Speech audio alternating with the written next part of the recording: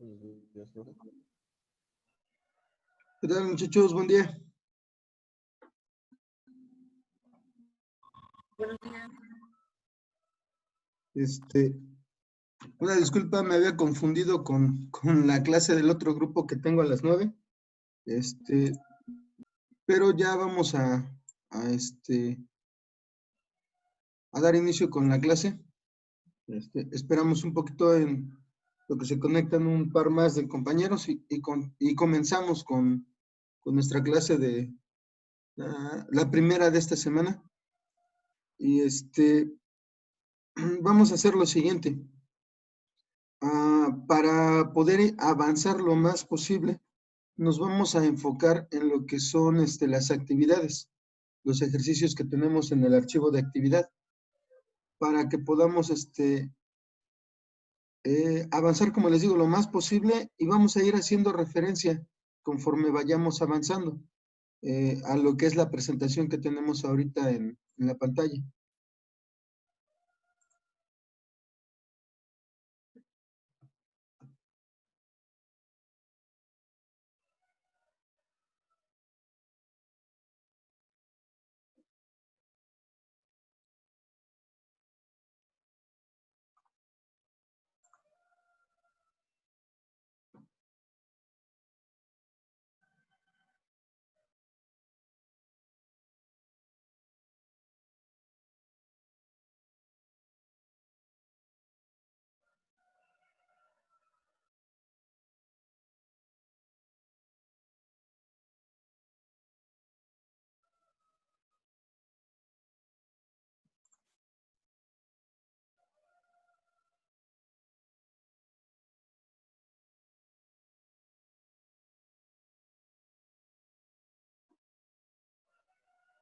Muy bien. Bueno, entonces, primero, haciendo referencia a lo que van a ser los temas que vamos a ver en esta semana.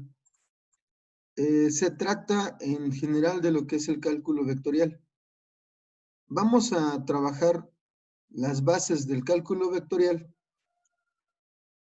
enfocado a operaciones con cierto tipo de datos que nosotros vamos a estar utilizando constantemente en lo que es los temas de estática, cinemática y dinámica. Vamos primero a ver cómo diferenciar los dos tipos de magnitudes que vamos a estar trabajando. Estos dos tipos de magnitudes van a ser, el primero, la magnitud escalar. Nosotros vamos a encontrarnos con datos en los que se nos proporciona precisamente una magnitud y además una unidad de medida. Y cuando nos dan simplemente esos dos datos, nosotros entendemos perfectamente el concepto total que me están dando a entender. Uno de esos casos, por ejemplo, es como cuando a ustedes les dicen la estatura de una persona. Por ejemplo, nos dijeran que por ejemplo, Juan Manuel mide 1,70. Hagamos la suposición. No, de momento no sé cuánto mide cada quien, ¿no? Pero supongamos, mide 1,70 metros, obviamente, y ya algunos empiezan a hacerse una idea, porque tal vez la mayoría tiene cierta idea de cuál es su estatura. Entonces, algunos empiezan a imaginar, bueno, tal vez sea más alto que yo, o tal vez sea más bajo que yo. ¿Por qué? Porque nos damos una idea de lo que es el concepto en sí, de lo que me están proporcionando simplemente con esos datos. Lo mismo sucede, por ejemplo, cuando me hacen referencia a la temperatura. Si me dicen, por ejemplo, aquí en la región, el día de hoy va a haber una temperatura de 30 Celsius, por ejemplo. Entonces, nosotros nos hacemos a la idea de que va a haber mucho calor ¿sí? Se va a sentir mucho calor. Por el contrario, cuando me dicen, va a haber una temperatura máxima de 18 Celsius, pues nosotros nos hacemos a la idea de que el día va a estar fresco y que si tenemos que salir, debemos hacerlo con ropa abrigada. Entonces, de esa manera funciona más o menos el asunto. En el caso de ustedes, como mecatrónicos, si les hacen la referencia de que en una toma de corriente monofásica, ustedes están teniendo una lectura en el multímetro de 100 volts, ¿cuál es la primera impresión? ¿Qué piensan al respecto cuando en un enchufe monofásico tienen 100 volts?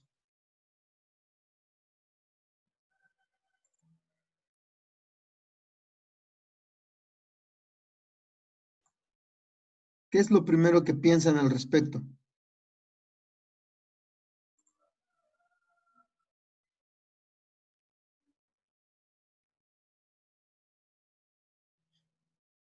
Vamos, muchachos, sin miedo. No pasa nada.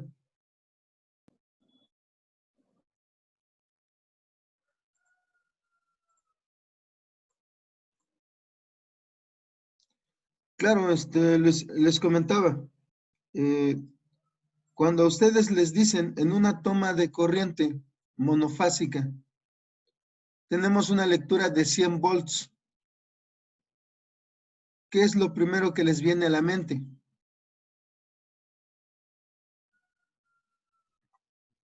100 volts. 100 volts, así es.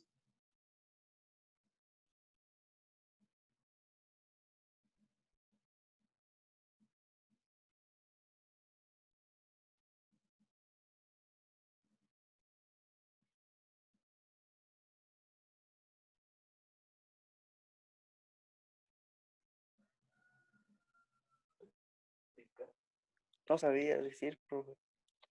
Ok, no hay problema.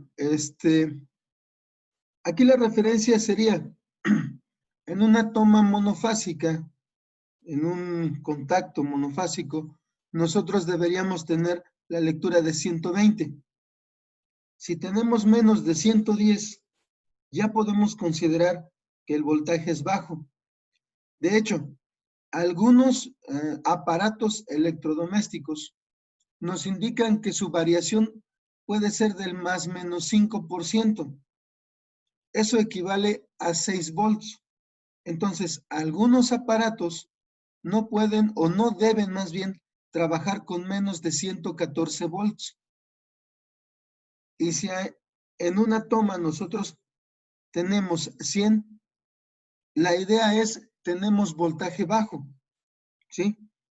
Entonces, esta referencia, pues se supone nos da a entender una situación completa de buenas a primeras.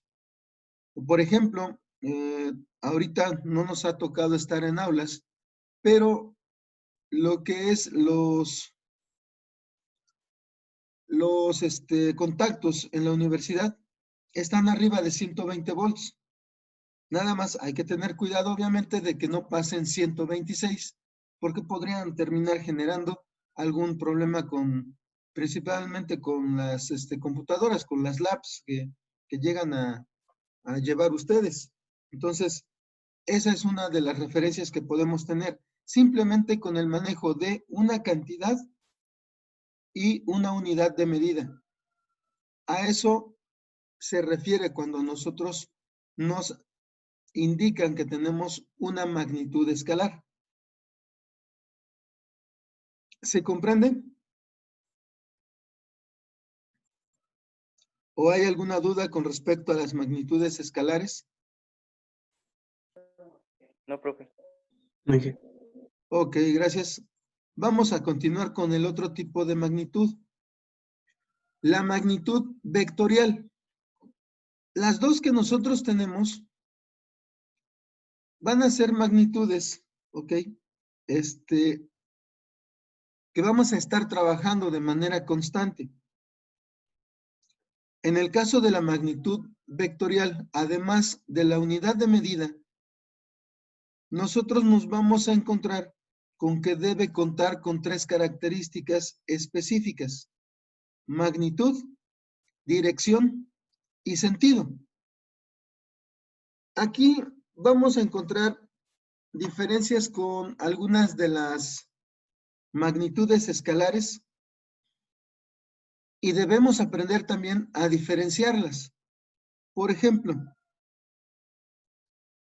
cuando ustedes quedan con alguien de verse, por, no sé, alguien en el centro de Jicotepec, de Huauchinango, de La Ceiba, Poza Rica, etcétera,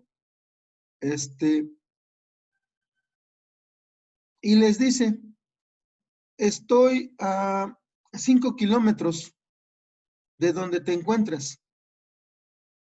Si ustedes están en el parque, en el centro, y les dicen eso, ¿van a saber hacia dónde dirigirse para encontrarse con esa persona? No, pues no. No. Definitivamente, les está dando un dato de distancia. Es una magnitud y una unidad. Pero en este caso, a nosotros no nos sirve del todo porque no tenemos una orientación. Entonces, el siguiente dato que nosotros necesitamos es saber hacia dónde tenemos que ir. Si esa persona complementa y les dice, bueno, son 5 kilómetros al este, pues a lo mejor el que ya más o menos se orienta con esas cuestiones, pues ya sabe para dónde caminar, ya tiene una dirección con respecto al punto en el que se encuentra. Y obviamente, si va a recorrer ese tramo de distancia, lo va a hacer en el sentido del punto en el que está hacia donde se encuentra la persona. ¿Sí? No lo puede recorrer en sentido contrario a menos de que ya se encuentre en el punto donde se va a encontrar o va a localizar a esa persona. De inicio solamente tenemos la opción de un solo sentido para poder lograr ubicar a esta persona. Entonces, eso es lo que pasa. Nosotros vamos a requerir de más datos que van a tener que ser implícitos de la cantidad que me están proporcionando. Por ejemplo, otra de las situaciones que nosotros vamos a estar trabajando de manera constante, la aceleración gravitacional. Cuando nosotros nos hacen referencia a la aceleración gravitacional, dependiendo del sistema de unidades, vamos a tener en el sistema internacional, como aquí en el texto lo dice, 9.81 metros sobre segundo cuadrado. Algunos lo manejan como 9.8, algunos otros como 9.806, y hay quienes incluso redondean hasta 10. Pero al ser una aceleración, debe contar con dirección y sentido. ¿Cuál sería la dirección de la aceleración gravitacional?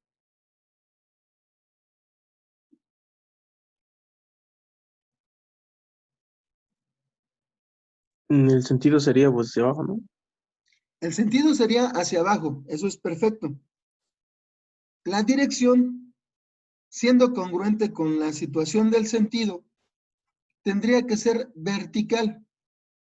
En el caso de la aceleración gravitacional, nos va a afectar con respecto hacia dónde nosotros vamos a considerar el peso de los objetos. Debido a eso, el peso de cualquier objeto siempre debe ser considerado vertical hacia abajo, independientemente de la situación del terreno o del plano en el que se encuentre. ¿A qué me refiero?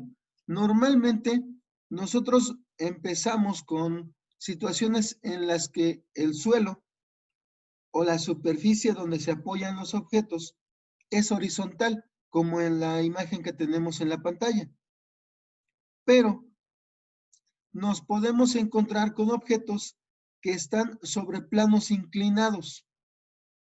Y muchas veces nos hacemos a la idea de que si cuando está horizontal el peso del objeto está dirigido hacia abajo, cuando yo lo giro, también gira la dirección del peso. Y eso es incorrecto. Cuando yo estoy en un plano vertical, el peso siempre va a ser dirigido hacia abajo en forma vertical. Perdón, cuando estamos en un plano inclinado. Cuando el objeto está sobre una rampa, cuando está subiendo o descendiendo una rampa, el peso siempre va a ser dirigido en forma vertical hacia abajo, independientemente de la situación, como les digo, de la superficie en la que esté apoyado el objeto que estemos estudiando. ¿Sí se comprende esta parte? Sí, Ok, muy bien. Entonces, eso es lo básico con respecto a lo que son las magnitudes escalares y vectoriales. Ahora, nosotros normalmente vamos a hacer uso del plano cartesiano para poder ubicarnos tanto en un plano en 2 dimensiones como en el espacio en 3 dimensiones. Cuando tengo un plano, cuando estoy en 2 dimensiones, normalmente voy a manejar 2 ejes coordenados. El eje de las X, que es horizontal, y el eje de las Y, que es vertical. ¿Sí? Una y otra se conocen como abscisas, las X, y como ordenadas, las Y. Cuando estos se cruzan, cuando los ejes coordenados se cruzan, nosotros vamos a tener un punto conocido como origen. Ese normalmente va a ser nuestro punto de referencia. ¿Sí? Cuando ustedes estaban en la primaria, desde entonces a nosotros nos empiezan a inculcar la cuestión de la orientación. Les decían, les ponían en un libro, un zócalo o un jardín central, la ubicación de un hospital, un parque, una tienda, etcétera. Y les preguntaban o les decían, la tienda está en dirección este o en dirección oeste. El hospital está al norte o al sur de donde se encuentra la plaza del Zócalo, etcétera. Y luego hasta les dejaban la tarea de indicar cuál era su ruta para poder llegar de su casa a la escuela. Y entonces, desde entonces, a ustedes ya les empezaban a enseñar a orientarse. Luego ya en la secundaria, pues ya les hacen referencia directa a lo que es el plano cartesiano.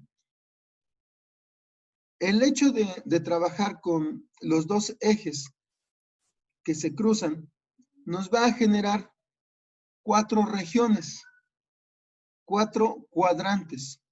En el primer cuadrante, como lo podemos ver en la imagen, nosotros vamos a tener la siguiente situación.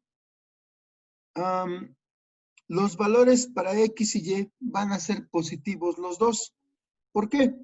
Porque en el caso de las X, del origen a la derecha, nosotros vamos a tener los valores positivos. Del origen a la izquierda, vamos a tener valores negativos. En el caso de las Y,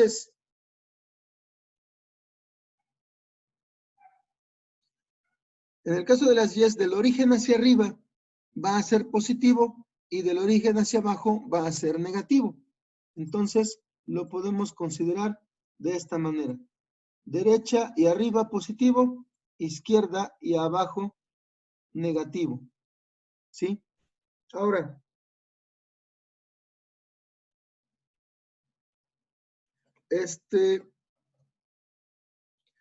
cuando nosotros trabajamos en el plano cartesiano, vamos a orientarnos de bueno, no necesariamente de 2 maneras, nos vamos a orientar con los 2 datos que tenemos, con la posición en X y la posición en Y. Nosotros vamos a generar proyecciones mediante coordenadas en este sentido. X, Y. Primero vamos a hacer un recorrido en el eje de las X y después en el eje de las Y. Para esto necesitamos obviamente que cada uno de esos ejes tenga una escala regular marcada para poder orientarnos. Obviamente en este caso, pues yo lo voy haciendo en aproximaciones, simplemente para tener una idea de qué es lo que se está necesitando.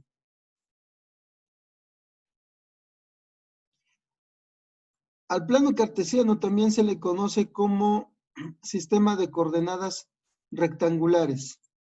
Esto es precisamente por la cuestión de las proyecciones. Normalmente, para ubicar un punto, nosotros vamos dibujando rectángulos mediante las proyecciones. Supongamos, por ejemplo, que el punto que yo estoy buscando es menos 2,3. Mi coma está bastante grande. Vamos a borrarla. Menos 2,3. Entonces, lo primero que hacemos, como les comentaba, es recorrer en el eje de las X. Y siempre voy a empezar a partir del origen. Luego, recorro, si es negativo el número, me voy a la izquierda, en el eje de las X. Y aquí lo tenemos. En este punto tenemos el menos 2. Luego, son 3 positivo en el eje de las Y. Eso quiere decir que me tengo que mover hacia arriba. Entonces, nosotros generamos una proyección.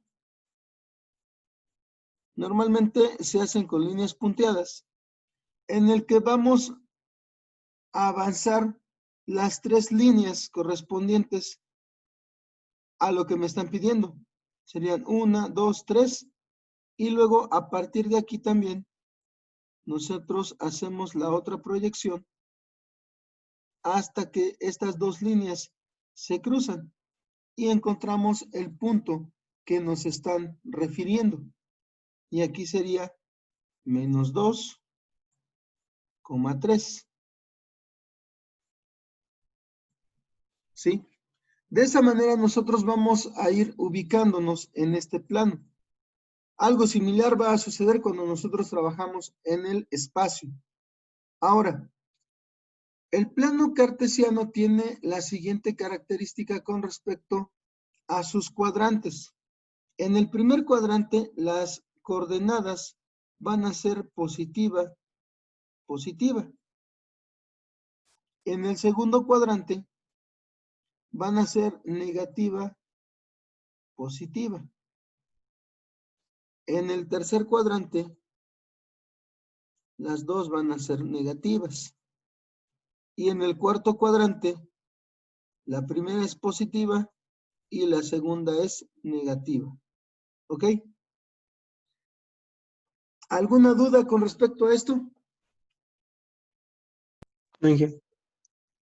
Ok, perfecto.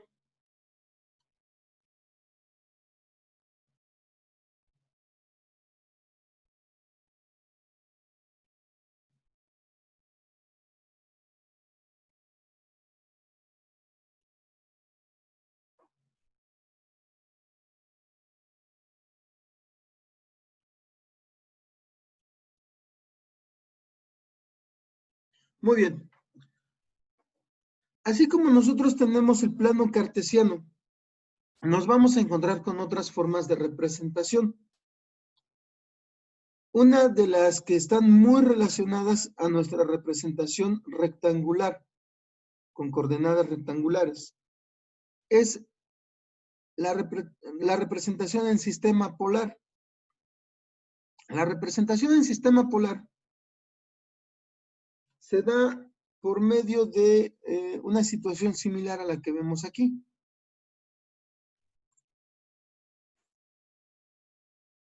Pero, no va a pasar. Pero en este caso, la representación polar va a tener las coordenadas de la siguiente manera. En lugar de tener XY, va a tener R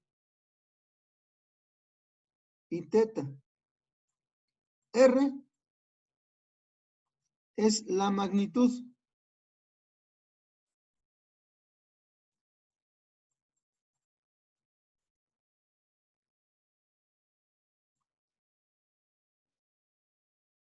Y teta es el ángulo con respecto al eje horizontal.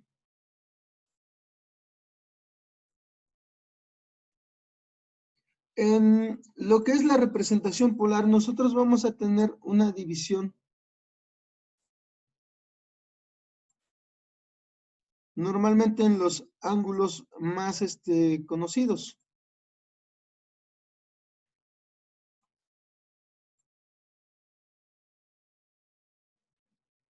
Que serían los ángulos de 30, 45, 60 grados en el primer cuadrante.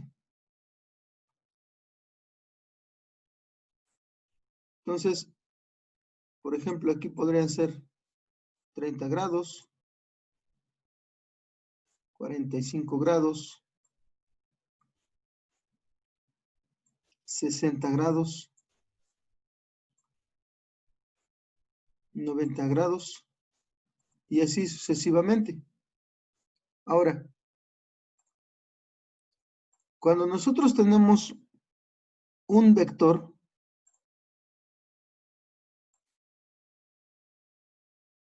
por ejemplo,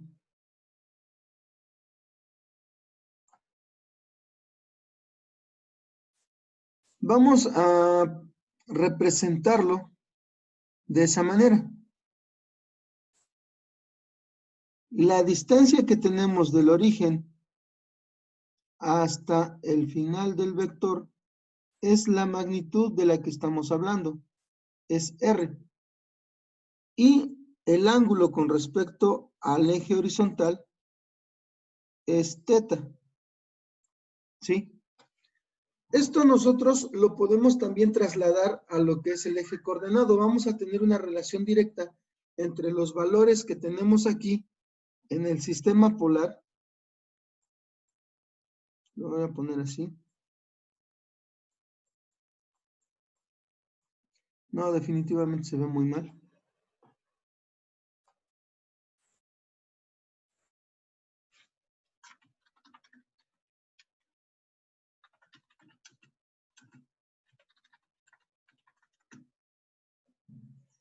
Este sería un sistema de coordenadas polar, ¿sí?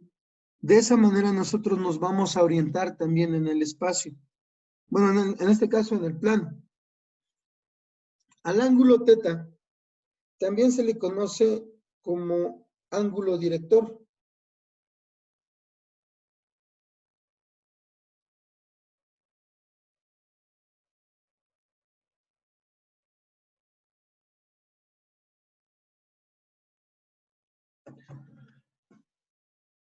¿Por qué? Porque es el ángulo que nos va a dar la orientación de hacia dónde nos dirigimos. Entonces, es por eso que a teta también lo conocemos como ángulo director. Luego, como les comentaba, esto puede tener una equivalencia en el sistema rectangular. Lo vamos a ver de la siguiente manera. Cuando yo tengo sistema rectangular, lo voy a poner de este lado.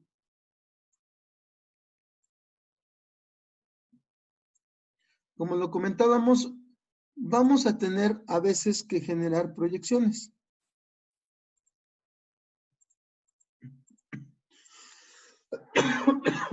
Perdón.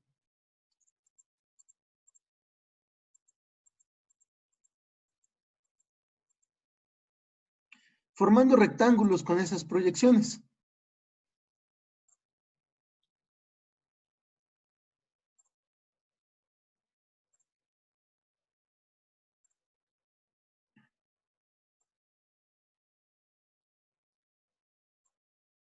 Y si nos damos cuenta aquí, nosotros vamos a encontrarnos con la siguiente situación. Nosotros sabemos que esto es un valor de y esto es un valor de X. Si nosotros hacemos lo que sería una equivalencia, esto también es Y. Mi computadora empezó a fallar, ahorita vuelvo a entrar, ¿sí? Ok, muy bien. Y este otro, de Pitágoras. exactamente. Aquí nosotros vamos a aplicar teorema de Pitágoras. ¿Por qué? Porque tenemos la forma de un triángulo rectángulo. Y si nos damos cuenta, aquí nos vamos a encontrar nuevamente con que podemos considerar esto como R y este ángulo como teta. ¿Sí? De esa manera nosotros podemos hacer una equivalencia entre el sistema de coordenadas rectangular de plano cartesiano con el sistema de coordenadas polar. Precisamente como lo comentaban, la idea es aplicar un tanto teorema de Pitágoras y un poco de las funciones trigonométricas. Lo voy a poner aquí abajo. Si yo tengo los datos, perdón. Si yo tengo los datos rectangulares que son X y Y, R como hipotenusa de nuestro vector, se puede obtener mediante teorema de Pitágoras, donde los catetos van a ser X y Y.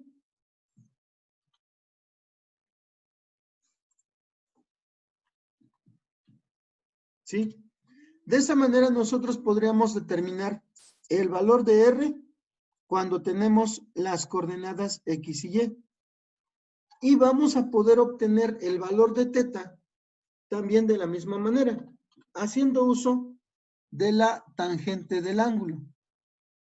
La tangente del ángulo es igual al cateto opuesto sobre cateto adyacente. En este caso, el cateto opuesto es Y y el cateto adyacente es X.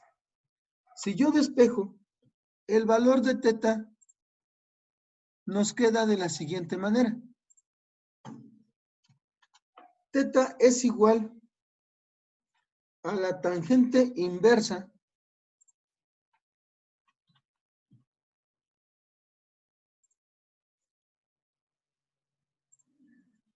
de la coordenada Y entre la coordenada X. De esa manera nosotros vamos a obtener los valores correspondientes, lo que sería el pasar de un sistema, una representación polar, a una representación rectangular.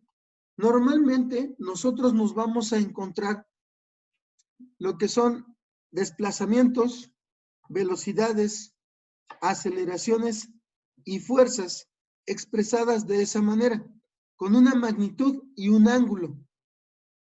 Aquí nosotros vamos a tener la necesidad de expresar las coordenadas o lo que se conoce como componentes en X y Y, porque es mucho más fácil hacer operaciones por medio de esas componentes.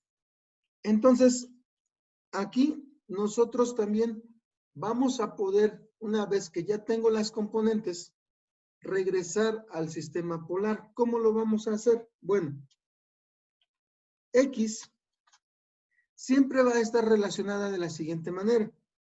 También basado en una de las funciones trigonométricas.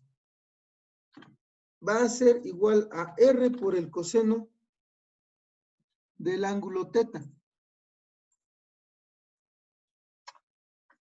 Y Y va a ser igual a R por el seno del ángulo teta. De esa manera nosotros vamos a encontrar las coordenadas rectangulares cuando tengo los datos polares, que son R y teta. ¿Ok? Esto es en el sentido contrario. ¿Por qué también necesito esto? Porque cuando yo doy un resultado, normalmente cuando estoy sumando vectores, lo que hago es descompongo en las componentes X y Y, sumo las X por un lado y sumo las Y por otro lado, de forma algebraica. Y luego al final, para graficar el resultado y para tener una idea de la magnitud total del resultado, de esas coordenadas o de esas componentes X y Y, yo saco por teorema de Pitágoras una resultante R. Y además saco el ángulo de dirección de esa misma resultante. Es por eso que luego necesito hacer los intercambios. ¿Ok? Bueno, entonces, por favor, copien esta parte en lo que se va terminando nuestra primera sesión. Y en la siguiente sesión, ahora sí, vamos a empezar con las actividades. Vamos a ir avanzando y les voy a ir explicando cómo vamos a aplicar las diferentes situaciones que nos vamos encontrando. ¿Ok? Entonces, por favor, nada más, cópienlo y vamos a ir avanzando con lo que nos toca. Ok, Inge. Ya lo copié. Ok, muy bien, gracias. ¿Los demás que me puedan confirmar? Ya, bueno, yo prácticamente ya lo copié también. Ya dije, Ok, perfecto. Ya Inge, ya lo copié. Ok, muy bien, gracias. Entonces, nada más comenten, ¿quién está pendiente por copiarlo?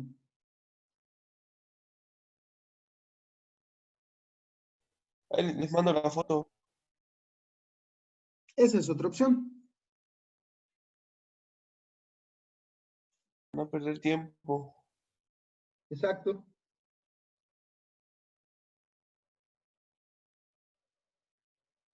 Mi tiempo es valioso.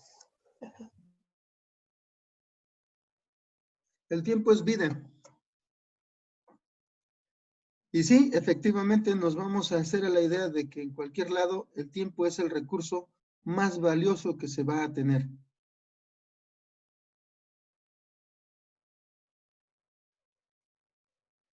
Ok, bueno, supongamos que ya todos lo tienen. Ya por ahí alguien, espero haya tomado la captura de pantalla. Nos vamos a pasar a la actividad.